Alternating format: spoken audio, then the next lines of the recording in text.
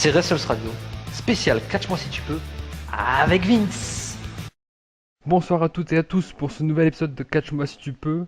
On est réunis aujourd'hui pour faire le bilan de l'année 2015, forcément ce début d'année 2016. Déjà bonne année Renaud qui est avec nous ce soir. Bang! Bonne année Vincent, et bonne année à tous les auditeurs. Et une grosse pensée pour Robenito aussi. Ouais, d'ailleurs Rubenito, si tu peux écouter l'interview de Rob Conway qui est sorti il y a pas longtemps, l'accent anglais de Brucey va te faire sourire. Et l'autre camarade qui est présent ce soir avec nous c'est Pierrot. Pierrot le fou. C'est fantastique, dis donc. Bonne année, bonne année tout le monde. J'espère que cette année 2016 sera bien mieux que l'année 2015. Voilà. Pas forcément en termes de catch, hein, je parle en général. Bien sûr, bien sûr, bien sûr. On espère que cette année l'ordinateur de Pierre va tenir Et jusqu'à c'est l'année prochaine. c'est le grand dilemme. Est-ce que celui-là va se faire voler? Est-ce qu'il va casser? Enfin, voilà, tout est possible, tout est réalisable. C'est ça, c'est le jeu de la vie, hein. Est-ce que tu vas encore casser ton micro? Ah non, là, ça va, le casque il tient. Attends, laisse-moi un petit peu de répit. Cassé! Merci, merci. C'est sur cette prestation musicale qu'on va démarrer ce Catch-moi si tu peux. Donc il n'y a pas vraiment de programme, on va pas faire des Sammy Awards à notre façon. C'était un débat assez général. Qu'est-ce que vous avez aimé, messieurs, cette année? Qu'est-ce que vous avez moins aimé? On va commencer par Pierrot. Ben, c'est une année un peu compliquée parce que quand j'y réfléchis, en fait, quand je reviens dessus, je me dis qu'elle n'a pas été forcément très exceptionnelle. Bien sûr, il y a eu des points un peu plus hauts et des satisfactions. Mais quand je me fais un bilan de l'année 2015, je me dis que c'était une année bien, mais pas top, comme on dirait pour l'officier dans la Cité de la Peur. Euh, non, mais voilà, c'est... À part Seth Rollins, j'ai un peu du mal à dénicher quelqu'un qui a vraiment tiré son épingle du jeu ou qui a vraiment réussi à monter encore plus haut que l'année précédente. Et du coup, c'est compliqué un petit peu. Il y a des satisfactions par-ci, par-là. Mais je dirais que dans la globalité, l'année 2015, elle a été un peu décevante du côté de la WWE. Ça s'est ressenti au niveau des audiences pour eux, ça s'est ressenti sur la qualité de certains pay-per-view, sur le manque un petit peu de rebondissement, mais bon. Enfin, globalement, voilà, c'est une petite déception, pas totalement dénuée on va dire de bons points, mais voilà. J'espérais plus après l'année 2014 qui a été plutôt pas mal, je trouvais.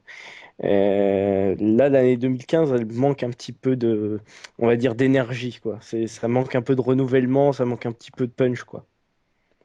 Du punch Renaud va nous en donner. Qu'est-ce que tu as pensé de cette année 2015, Renaud? Ouais, moi je l'ai trouvé sur la lignée de 2014. Alors, certes, il y a eu un peu, peut-être, un fil rouge un peu trop long, beaucoup trop long avec Roman Reigns, puisqu'ils ont voulu nous l'imposer en début d'année, et finalement ça a pris beaucoup plus de temps que prévu. Il a tourné autour du titre et puis après il a eu une phase avec la Wyatt Family, puis il est revenu au titre en fin d'année, donc ça a peut-être un peu pourri le truc. Mais et puis c'est vrai, Pierrot il a raison sur le cas Seth Rollins qui lui a été exceptionnel par contre dans son style à lui avec une longévité toujours assez impressionnante dans la performance. Hein. Faut quand même noter que c'est le premier homme qui a gagné qui a encaissé sa mallette Mister Money in the Bank à WrestleMania. Ça va rester pour toujours dans l'histoire quoi qu'il arrive. Et ça a été aussi le seul et le premier champion US et champion du monde en même temps. Alors certes, ça n'a pas duré longtemps puisqu'il avait gagné le titre au SummerSlam et qu'il avait reperdu à Night of Champions, mais quand même. Donc ça, je trouve que c'est une belle année pour Seth Rollins sur le plan personnel, pour ce catcheur-là, qui en plus perd la ceinture de champion du monde, mais enfin ne la perd pas. Je dirais, il la donne parce qu'il est blessé, donc c'est même pas une perte. Donc son année, elle a été vraiment exceptionnelle. Après, sur la WWE en elle-même, ça m'a plu. Il y a eu des années beaucoup plus dures, comme la 97 notamment, ou la 2007 ou la 2010, je trouve. Donc celle-là, elle est plutôt bonne. Elle n'est pas exceptionnelle, mais elle est plutôt bonne avec un Undertaker aussi, par exemple, beaucoup plus présent. Non, là où je serais un petit peu en désaccord avec l'ami Renault, c'est que moi j'ai trouvé que la gestion des catcheurs en général, elle a été moins bonne qu'en 2014. C'est-à-dire qu'en 2014, on avait eu Daniel Bryan qui avait eu vraiment une montée très rapide, tout ça, etc. Là, on a vraiment que Seth Rollins qui se dégage. Bon, John Cena et son recul dans la carte pour aller choper le titre US, ça a bien fonctionné, Ah j'avoue. oui, Et enfin, ouais. Ouais. franchement, je pense que c'est une des meilleures décisions qu'ils ont pu prendre, bien sûr en accord avec John Cena qui a un petit peu chapeauté tout ça. Ça a été un des gros points forts de l'année. Mais derrière ça, j'ai du mal à dégager beaucoup de catcheurs qui ont vraiment bénéficié d'une bonne gestion de storytelling, qui ont bénéficié de bonnes rivalités. Tu vois, la gestion catastrophique de Roman Reigns en début d'année, qui mène à WrestleMania où, bon, bah, du coup, on lui enlève son spot parce que bah, on voit que ça va pas marcher. Derrière, on le laisse un peu autour du titre. On le retire, on le met contre Wyatt, on le met un peu contre ci, contre là. Et on lui met Ambrose à côté pour que ben, on ait un peu l'impression de retrouver le Shield contre la Wyatt Family. Enfin, c'est un peu compliqué. Après, il a aussi eu les Usos avec. Enfin, c'est plus Roman Reigns et ses amis à partir de la moitié de 2015 que Roman Reigns vraiment lui-même quoi qui se développe. Et c'est un peu dommage, je trouve. Après, le dernier mois était plutôt pas mal. Et le fait qu'il ait le titre maintenant, c'est intéressant, même si c'est encore assez hasardeux, mais ça, c'est la faute quand même à la blessure de Seth Rollins qui, à mon avis, était pas du tout, enfin, qui était pas du tout prévu, quoi. Il n'y a pas à se demander quoi, mais voilà, c'est un peu dommage qu'en dehors de Seth Rollins et peut-être John Cena, la gestion des catcheurs elle était assez moyenne, quoi. Bah, je pense que la WWE est hyper concentrée sur Roman Reigns parce qu'elle a été prise de court par rapport aux fans. Donc ça a duré finalement toute une année cette histoire. C'est vrai après que les gars qui étaient associés à Roman Reigns, c'était plus des potes à Roman Reigns. On était dans l'attente en fait que ce gars devienne champion du monde et il devait l'être en début d'année, ça n'a pas été le cas. Donc c'est vrai que ça a été un fil rouge un peu long sur toute la période. Après, ces combats n'ont pas été si mauvais que ça, notamment en pay-per-view, hein. Il y a des matchs de Roman Reigns en pay-per-view, que ce soit en équipe ou même celui, par exemple, la Fastlane contre Bryan. C'est sûr que c'est contre Daniel Bryan, donc ça aide, mais qui sont pas mauvais non plus, hein, je trouve. Et Bah, ouais, de vas-y. toute façon, j'ai envie de te dire, cette année, je regarde les pay-per-view. En général, les matchs étaient tous corrects. J'ai pas, enfin, à part quelques étrons du genre l'Elimination Chamber Ouais. pour le titre intercontinental ou le Ryback Miz contre Big Show. En même temps, déjà rien que l'affiche, t'as envie de te suicider. Les Owens Mais Ryback aussi. Owens Ryback était voilà, très mal placé dans la carte. Il y en a eu ouais, deux. voilà, c'est des matchs de 5 minutes, Hmm. encore là, donc c'est encore pardonnable, entre guillemets. Mais je dirais que globalement, cette année, tu regardes tous les matchs, tu as envie de dire, bah ça va, quoi, il n'y a pas non plus de quoi hurler au massacre. Ouais. Mais malheureusement, ça a aussi manqué, du coup, à l'inverse, tu vois, de moments plus brillants, ça a été plus rare. Genre des matchs comme le Triple Threat de Brock Lesnar contre Seth Rollins, contre John Cena, qui est vraiment énorme. Et sinon, bah, tu retrouves ça plutôt à NXT, quoi, les matchs avec, on va dire, une petite flamme, un petit supplément d'âme, quoi, qui font quelque chose. Et je trouve que c'est un petit peu manqué sur le main roster. Mais d'un autre côté, ben, les matchs n'ont pas non plus été tous dégueulasses et la qualité des matchs en pay-per-view a un peu augmenté, quoi. Est-ce qu'au final, le plus gros problème cette année de la WWE, ça a été son incapacité à construire des nouvelles superstars, des nouvelles stars de son show? Parce qu'elle a mis en avant Roman Reigns et Seth Rollins. Mais vous l'avez dit, à part ces deux-là, peu ont réussi à tirer leur épingle du jeu. Est-ce qu'au final, c'est ça le plus gros problème avec des John Cena, des Randy Orton qui sont vieillissants et aussi pourtant, il n'y a pas eu tellement de superstars, comment dire, à contrat limité comme Brock Lesnar ou l'Undertaker qui ont été utilisés. Mais au final, il y a peu de stars qui émergent de Raw ou de SmackDown. Et ça, c'est un vrai problème, Vincent. Et ce problème-là, je trouve que ça fait quelques années qu'il existe, malheureusement. Je veux dire, à Ouais, l'époque, je me souviens qu'en 2010, on en parlait déjà avec les Jack Swagger, et etc. t'imagines, voilà, déjà en 2010, ça a 6 ans maintenant. Euh, de toute façon, à l'époque, par exemple, quand un WrestleMania a été construit, à une certaine époque, il était construit sur le roster principal. On ne cherchait pas à faire revenir un Hulk Hogan, on ne cherchait pas à faire revenir un Savage quand il était encore en vie. Enfin voilà, on gérait vraiment la carte avec ben, les gars qui étaient en place et ça faisait vendre. Et là, on a l'impression qu'on a vraiment du mal à créer des nouvelles stars. C'est un vrai problème. Donc on appelle Lesnar, on appelle Undertaker. Alors Rollins, lui, ça va, il est installé. On a essayé Roman Reigns toute l'année. Finalement, bon, à la fin, ils l'ont fait. Mais Cesaro ne sort pas. Je sais pas, moi, il pourrait y avoir Ziggler. Finalement, ça freine à chaque fois. Ça va pas jusqu'au bout. On n'arrive pas à créer des nouvelles stars. Et ça, c'est vraiment un vrai souci, je pense, de la part de la WWE. Il y a Sting qui est arrivé aussi. Alors Sting, c'est plus dans les déceptions. Euh, bon, moi je trouve pas qu'il ait fait des prestations minables pour un gars de 56 ans. C'est pas exceptionnel, c'est pas marquant. En plus, le pauvre, il se blesse à Night of Champions, donc 2 matchs, 2 défaites, plus la blessure, c'est sûr que c'est plus du côté des déceptions. Mais encore une fois, on a appelé Sting par exemple pour WrestleMania face à Triple H, donc ce qui est aussi un ancien. On n'arrive pas à créer des nouvelles stars. Ça, c'est un vrai gros problème. Je sais pas, Pierrot, ce que tu en penses, mais moi qui suis le catch depuis des années, je peux t'assurer que c'est incroyable de voir ça et ça continue, quoi. Bah, pour moi, en fait, le cas le plus emblématique de ce problème, c'est Kevin Owens. Parce que le catcheur, tu le fais débarquer de NXT. Déjà, tu le laisses à NXT pendant un moment en le laissant champion. Donc ça, c'est encore un bon booking. Tu lui fais gagner face à John Cena, premier match. Match excellent. Ça, Oui. enfin voilà. Tu lui donnes un booking dans la lignée de son personnage de NXT, en fait, qui est vraiment destructeur, qui est fourbe, ultra fourbe et comment dire, pas si faible, vraiment pas faible en tant que heel, quoi. C'est un monster heel comme a pu être Rousseff en début d'année. Jusque WrestleMania, Rousseff, c'est une bonne gestion, quoi, jusque WrestleMania. Après, voilà, quoi. Mais Kevin Owens, après, il perd face à Cena, c'est pas trop grave. Il perd une deuxième fois face à Cena, c'est encore une fois pas trop grave parce que finalement, la rivalité a été bonne. Mais le problème, c'est que derrière, John Cena part en rivalité contre Seth Rollins. Et Kevin Owens, il se retrouve un peu sans rien. Et à partir de là, ben, Kevin Owens, le pauvre, enfin le pauvre, on lui a donné un booking un peu plus faiblard face à Ryback et on a fait en sorte qu'il s'enfuit alors que le mec n'a jamais eu ce comportement-là avec aucun catcheur. Et en fait, là, la WWE a eu l'air de s'en rendre compte et tiens merde, avec Ambrose, on va lui redonner cette image-là de mec qui peut te détruire un catcheur, qui peut vraiment te taper des colères de ouf et commencer à juste détruire quelqu'un. Et c'est là que ça fonctionne. Mais au lieu d'avoir fait une sorte de bulle de 3 mois où le mec était totalement perdu dans la carte, on n'a pas réussi à surfer sur la vague de la hype qu'il a eu avec John Cena, tu vois.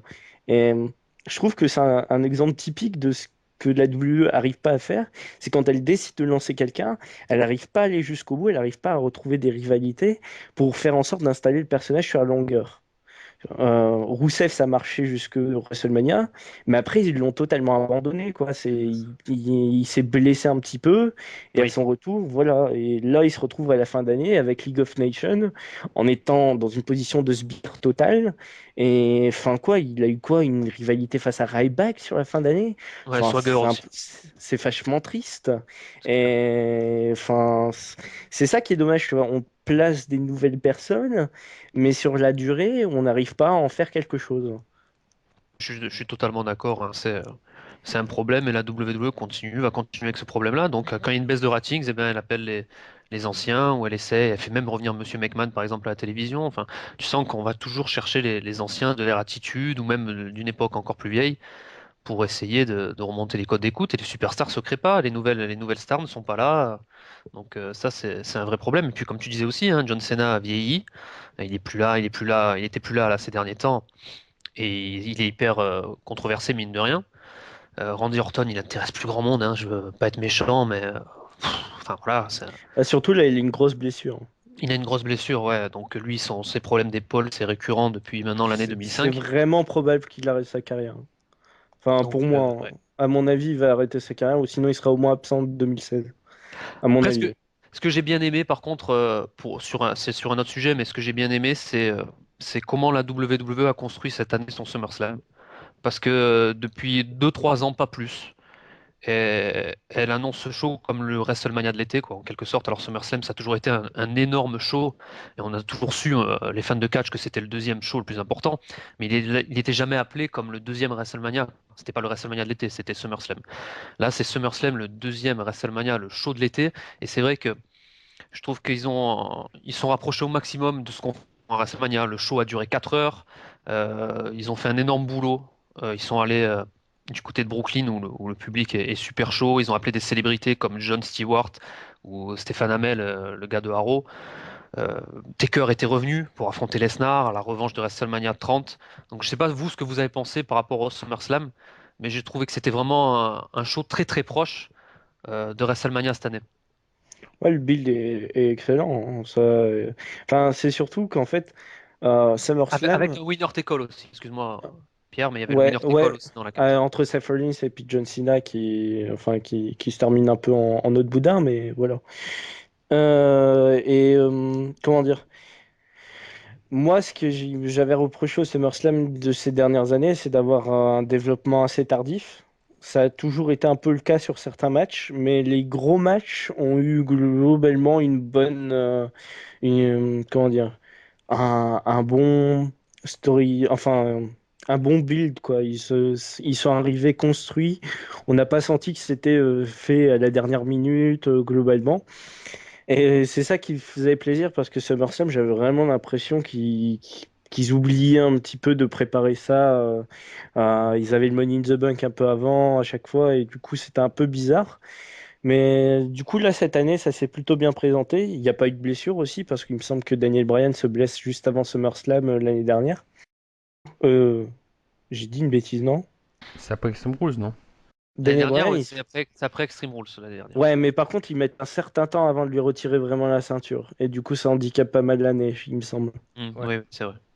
Donc c'est un peu tardif et du coup ils sont obligés de reconstruire tout ça autour de SummerSlam.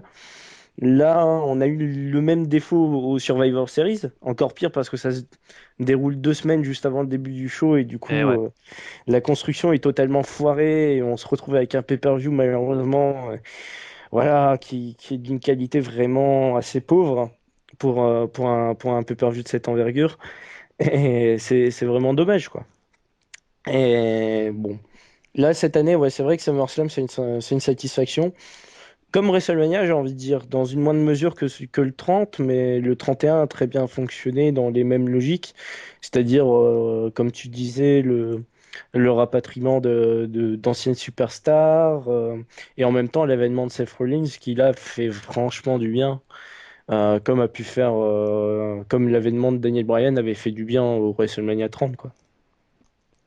Je vais vous poser une question, une dernière question, puis après je pense qu'on va conclure. Est-ce que aussi le gros problème de la 2 en 2015, c'est qu'il n'y a eu pas beaucoup de surprises? Dans le sens, par exemple, on va regarder Raw parce que la semaine dernière il s'est passé ça, et on a envie de regarder la suite, ou même dans les pay-per-view, dans les matchs ou dans les rivalités. Est-ce qu'il n'y a pas un manque de spontanéité à la 2, Renaud? Ah oui, mais bon, ça, je trouve que ça fait déjà un petit moment que ça existe à la WWE, quoi. T'as toujours envie de voir, par exemple, le Raw du lendemain d'un pay-per-view plutôt qu'après un Raw qui arrive 3 semaines après un pay-per-view ou 2 semaines après. Moi, ça me gêne moins. C'est classique dans le catch et du côté de McMahon dans cette fédération-là, donc ça me choque pas tellement. Après, bon, ça peut choquer certains fans, moi non, je sais pas, Pierrot, pour toi.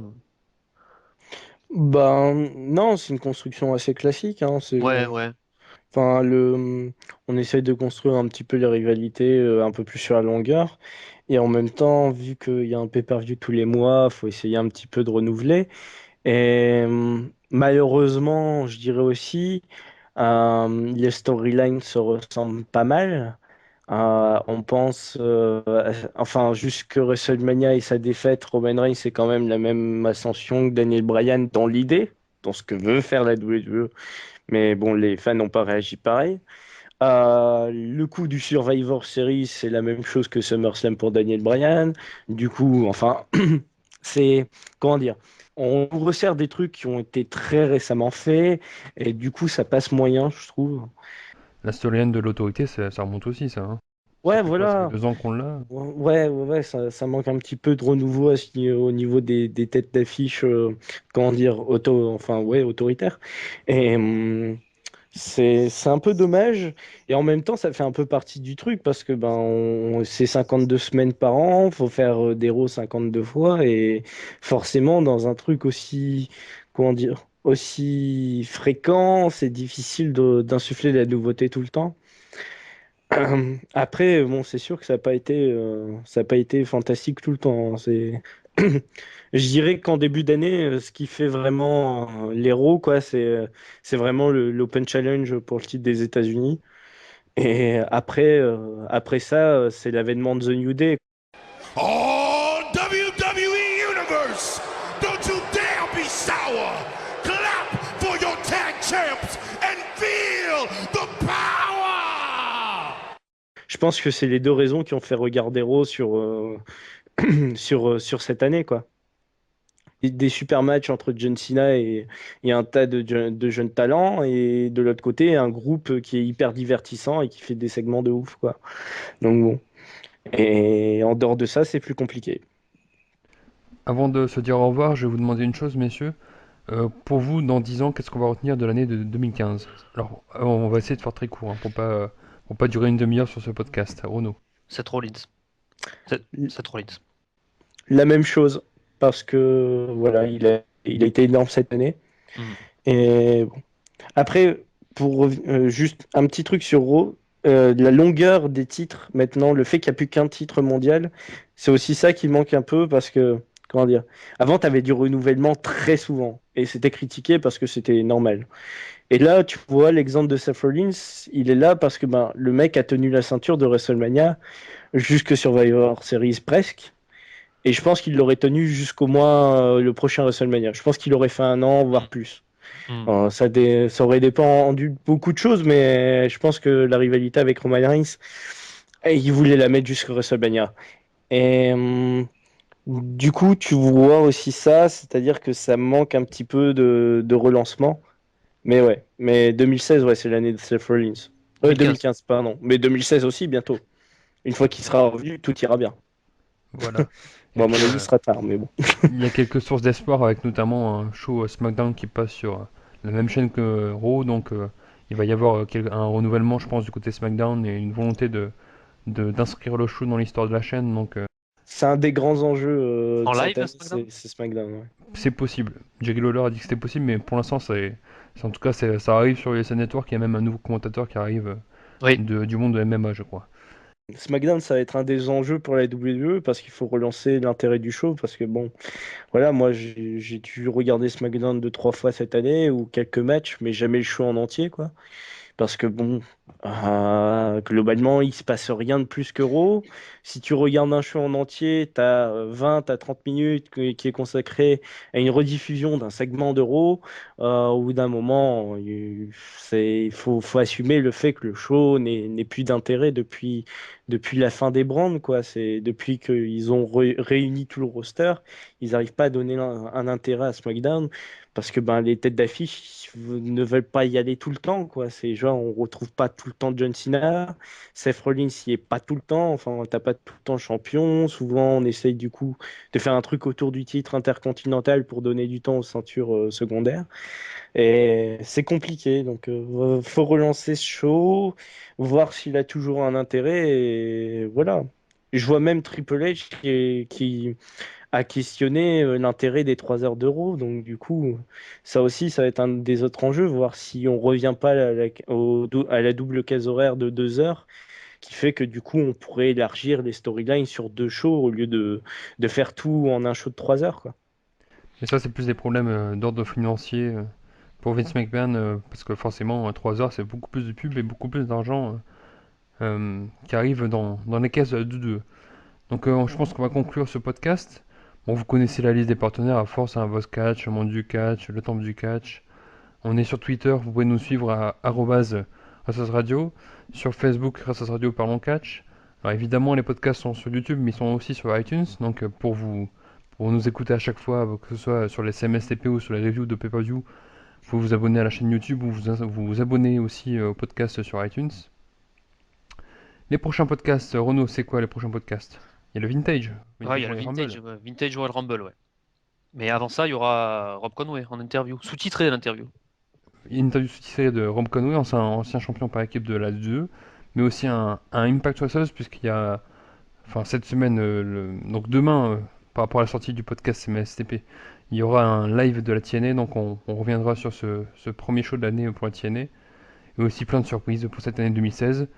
2015 a été assez importante au niveau de l'histoire d'Orsez Radio. Je pense que on peut envisager encore une augmentation, une évolution de la chaîne.